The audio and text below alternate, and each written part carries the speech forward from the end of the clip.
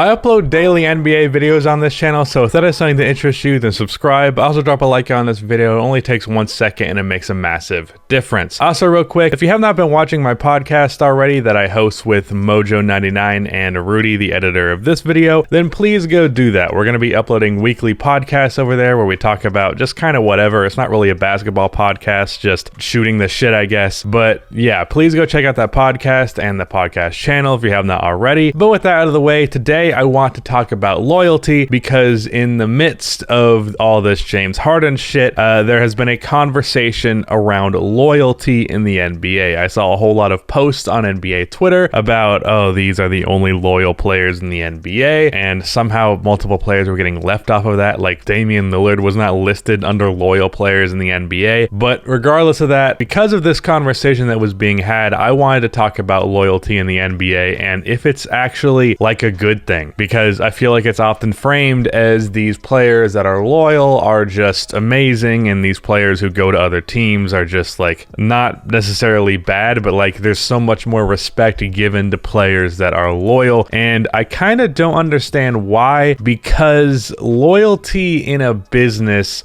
doesn't really make sense, especially when we're talking about a situation like James Harden where people saying he was disloyal to the Houston Rockets when he very much wasn't. There were multiple times in James Harden's career where he could have asked out. Honestly, after 2019, I was pondering the possibility of him asking out, and then the Russell Westbrook trade went down. There was a time back in 2015, I think it was, where there was no other star player on the roster, and there was no real indication that there was ever going to be a star player on that roster. So I was also under the impression then that James Harden could potentially ask for a trade, because in the NBA it tends to be when there's a star player who does not have an amazing supporting cast and things are not going as well as they could be, they tend to ask out. And James Harden played for the Rockets over 8 years and put in his time. What was interesting is I also had someone tell me that they believed that it was okay to slander James Harden coming out of Houston because of the last year he had, because of the fact that James Harden had been given an opportunity in Houston, because Houston took a chance on him, they traded for him and then immediately extended him and just gave him the keys and let him lead the franchise pretty much the first day that they had him. And to an extent that is true, though I do believe James Harden would have broken out regardless of his circumstances, because he was just an incredibly talented player. There is an argument to be made that there's not many teams that would have taken that risk, and Houston took that risk. But at a certain point, that dies out. The amount of time that you should be loyal to a team because they took a risk on you dies out rather quickly, especially once you establish yourself as a true ridiculous talent. Like that was a case like Hassan Whiteside, who broke out on the Heat, and they were like, all right, I'll give you this extension, but after a while I'm not going to exactly be happy in Miami, and that was the case there. Also,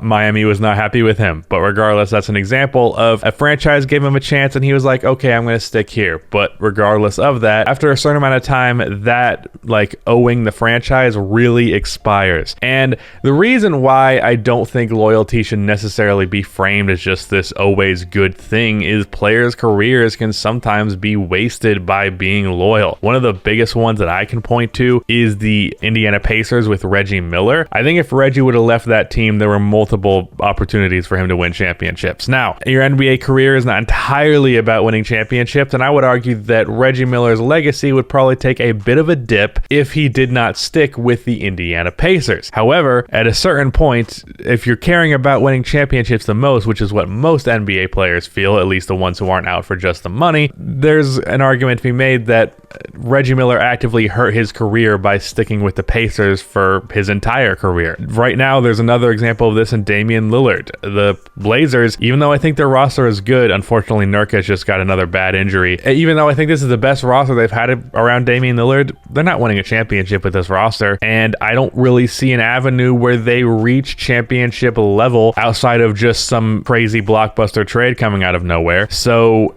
Damian Lillard's been wasting his career on this team, really, and I think he's going to be perfectly content sticking with the Portland Trailblazers, and I don't think that's really going to be the best move for his career. He's going to be a legend in Portland. He's going to be known as the greatest Portland Trailblazer of all time, but not ideal for actually winning championships, which to me has always been the most important thing, and to NBA players, like I said, who are about more than just the money, it's the most important thing to them as well. Another case right now is Bradley Beal on the Washington Wizards. He has been on that team for 7-8 years, something like that. I believe he was drafted in 2012, so almost 9 years. He has been on that team for his entire career. Really shouldn't be at this point. John Wall, he left, and then Russell Westbrook has not been working out. He's definitely a guy who probably should have looked to get out of Washington like 2 years ago, and it seems like he's perfectly content sticking around there. And I don't really understand why, other than if you're just happy to be in that city and you don't care too much about winning a championship, then do what you want to do. But in terms of winning a championship, sticking in Washington is not the way to do it. And I would have to imagine that Bradley Beal feels that way. But I will talk about the positives that come with being loyal to a franchise. There are cases where if the franchise is competent enough, your loyalty will be rewarded. Steph Curry on the Warriors, for example. Kobe Bryant on the Lakers, although he did ask out after Shaq left after a few years of struggling, but no one really talks about that. But regardless, him sticking around in Los Angeles resulted in 2 more championships. Dirk Nowitzki, he put in 20 years on the Mavs, and he might have only got 1 championship out of it, but he stuck around long enough to actually earn one of the most impactful championships in NBA history. And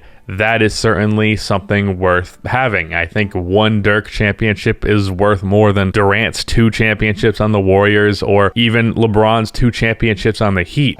It's just a very valuable championship because of how difficult that one was, but because he was loyal to the Mavericks, he ended up being rewarded with that. There are multiple examples of players who stayed loyal to franchises when often they might not have, and it working out. I mean, even Michael Jordan spent a lot of years not being particularly good on the Bulls, not having a lot of help, and he never really thought about leaving until actually after that help had arrived, when he considered going to the Knicks. I don't remember what year that was, but regardless of that, there is loyalty that can be paid off, but really it comes down to the franchise being competent enough and the franchise rewarding said loyalty, because there are franchises that will have players be loyal to them and they're not going to reward them. The Cleveland Cavaliers were not going to build some amazing team around LeBron James after he re-signed in 2010. It's not like his loyalty was about to be rewarded. It was just going to be another couple of years of him wasting his career on a not very competent franchise. There are examples like Anthony Davis on the Pelicans. People were giving him shit for not being loyal, but what have the Pelicans done to make Anthony Davis loyal to that franchise? I really can't think of anything. He was there for multiple years. They were never good. The only time they were even sniffing good was because Anthony Davis was insane. And I don't believe that Anthony Davis really owed that franchise anything. And I think it's important to remember that this is a business. And it's also, loyalty isn't even like something that franchises seem to value that much, because like look at DeMar DeRozan, for example. He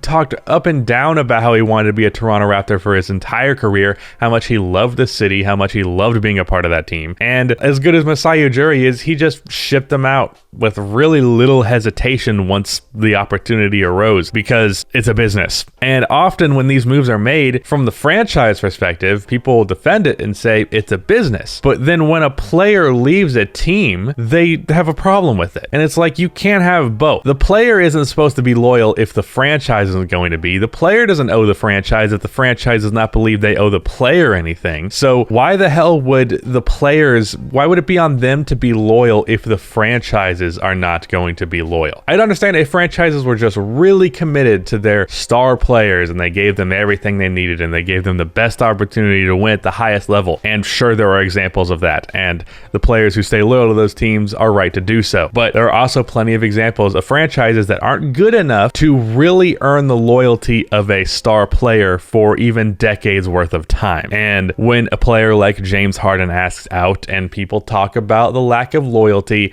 I kind of roll my eyes, because very often it really was not the player's fault that they ended up leaving that team. In the case of James Harden, look, he gave Houston a lot. There's an argument to be made for sure that he didn't give everything that he could have, because really that's almost always the case. And Houston did a relatively good job building around him. I mean, a combination of Daryl Morey doing a good job building that team, team and James Harden being awesome led to them winning 50 games almost every season that they played together, 50 or more. It's not a clear case with James Harden of like the franchise just was incompetent, but it also wasn't really a case of he owed the franchise anything. And for that reason, I roll my eyes at that. I really rolled my eyes at people saying that Anthony Davis wasn't being loyal, because the Pelicans did not earn any loyalty at all. And really, even if they kind of did, I don't know how you should really care too much about being loyal to a franchise, even if they are building around you well, because at the end of the day, it is just a business, and it should not be such a double standard. Like, it's a business for the players, it's a business for the teams. It's not just a business for one and then the other. They have to be the supremely loyal, incredibly grateful player that's just ultimately dedicated to one franchise because they drafted them or traded for them or whatever. It's important to make sure you're aware of a good situation and take advantage of it, but it's also not the end of the world if you leave, and especially if your franchise is not going to be competent, they don't owe them shit. I like the era of player movement. I understand that it's probably not great for the NBA in general, and that's a conversation that players leaving franchises leads to it having kind of like a college basketball effect, where it's harder to get committed to it because there's so many one and dones. Basically, like, that's the metaphor. Star players will be on a team for 1 year and then they want out, or 2 years and they want out, and things like that. And I could understand that perspective. I just really like trades. I really like free agency. I like talking about rosters changing. It's interesting to me,